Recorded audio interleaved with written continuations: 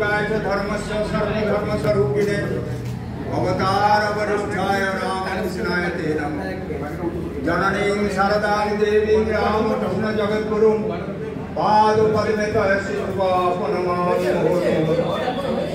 ओम नमो ज्योतिराजाय विवेकानंद सूराय सच्चिद सुख स्वरूपाय स्वामिने तापहारिणे।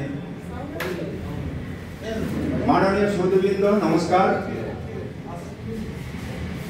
আজকের এই অসাধারণ যে অনুষ্ঠান, সেই অনুষ্ঠানে আমার মতো একজন সাধারণ মানুষকে কিছু বলার সুযোগ দিলে আমি হোসলা গ্রুপ এবং শ্রদ্ধা এনজিও এবং আপনাদের সকলের আভারী। আমি শ্রী দুলাল চন্দ্র অধিকারী। বয়স আমার 65, বাড়ি আমার গোপালপুর। যার বিষয়ে আসি, আপনাদের বয়স যদি 50-এর ঘরে, তাহলে কয়েকটা কথা বলে যায় সতর্ক করে। 50-এর পরে মেরে কেটে আপনার হাতে আজ 10,000 দিন আছে। এই 10,000 দিনের মধ্যে যদি আপনার শারীরিক, মানসিক এবং অর্থনৈতিক সামর্থ্য থাকে, তাহলে 10,000 দিনের মধ্যে যদি প্রতিদিন 2 পাতা করে রবীন্দ্রনাথ পড়েন, তাহলে বয়সের শেষ সময়ে আপনি 16 অধ্যায় পর্যন্ত পড়তে পারবেন। যদি মাসে একটা করে নাটক দেখেন, তাহলে 350। যদি 6 মাস ছাড়া বন্ধুদের সাথে দেখা করেন, তাহলে 60টা। আর বছরে একবার যদি দেশের বাড়ি যান, তাহলে মাত্র 30টা। এই সময়ের মধ্যে আপনার কিছু খবর পাবেন, দুঃসংবাদ। আপনার আত্মীয় পরিজন তাদের দুঃসংবাদ পাবেন। তারপরে এলো আপনার অসুখ জ্বালা, আপনার পরিবারের অসুখ জ্বালা, তাতে কয়েক মাস চলে যাবে। এরপরে তখন ক্রমশ আপনার ম্যাচিওর হওয়া LIC পয়সাগুলো, এই যে জেনারেশন, তাদের সাথে ভুলে মিলে কোথায় হারিয়ে যাবে, আপনি হিসাব পাবেন। আস্তে আস্তে আপনার চোখে ছানি অপারেশন হবে, দাঁত বাঁধানো হবে, পেসমেকার বসবে।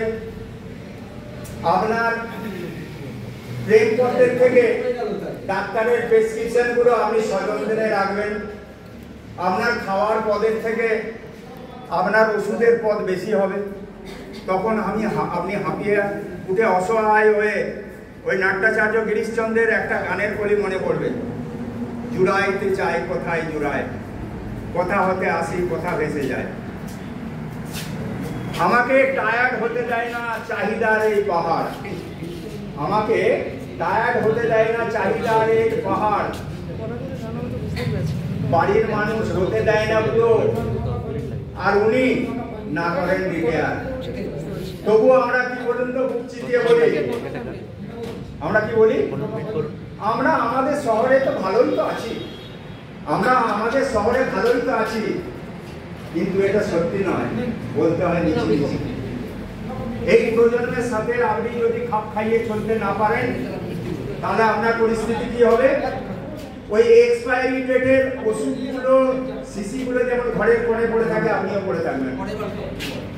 বউ বাচ্চা, নাতি নাতিনের কাছে তখন আপনি হয়ে পড়বেন সাপের ছুটো।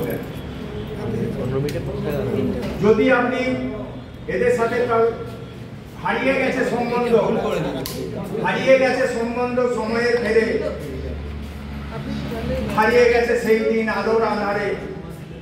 ছেলে আছে লন্ডনে, মেয়ে নাইজেরিয়া, বৃদ্ধ হয়ে পড়ে আছি আঁকড়ে ইন্ডিয়া। কথা বলার, কথা শোনার কেউ নেই আজ আমি কত অসহায়, কত কি কাজ। তাদের কাছে শুধু কাজই কাজ, আমাদের কথা শোনার কেউ নেই। তাই সময় হয়েছে, 50 যদি আপনাদের বেরিয়েছে, আপনারা আসুন, সব ছেড়ে দিয়ে আসুন। আপনি এখন ভাবছেন আমাকে এমন কেউ সাহায্য করবে, আমার ওষুধের পাতাটাও কেউ এনে দেবে, আমাকে কেউ সাহায্য করবে, আজকে ছেলে আমাকে খেতে দিচ্ছে না, তাদেরকে সাহায্য করবে, এইরকম কোনো একটা যদি আমি পাই। তো সেই জন্য আপনাদের দুর্গাপুরে এসে গেছে হোসলা গ্রুপ এবং শ্রদ্ধা এনজিও, যার মাধ্যমে আপনাদের সুপ্ত যে বাসনাগুলো, সেইগুলো আপনারা সাকার করতে পারবেন। এই শ্রদ্ধা এনজিওতে আমার আগের বক্তা সব কিছু বলে দিয়ে গেছেন যে কি করি। তাই বক্তব্য বেশি না বাড়িয়ে আপনাদেরকে লাস্টে একটা কথা বলতে চাই, শরীর বলে বুড়ো হয়েছি, শরীর বলে বুড়ো হয়েছি, মন বলে চেপে যায়। ভরসা শ্রদ্ধা এনজিও বাকি দিনগুলো থেকে যায়। নমস্কার।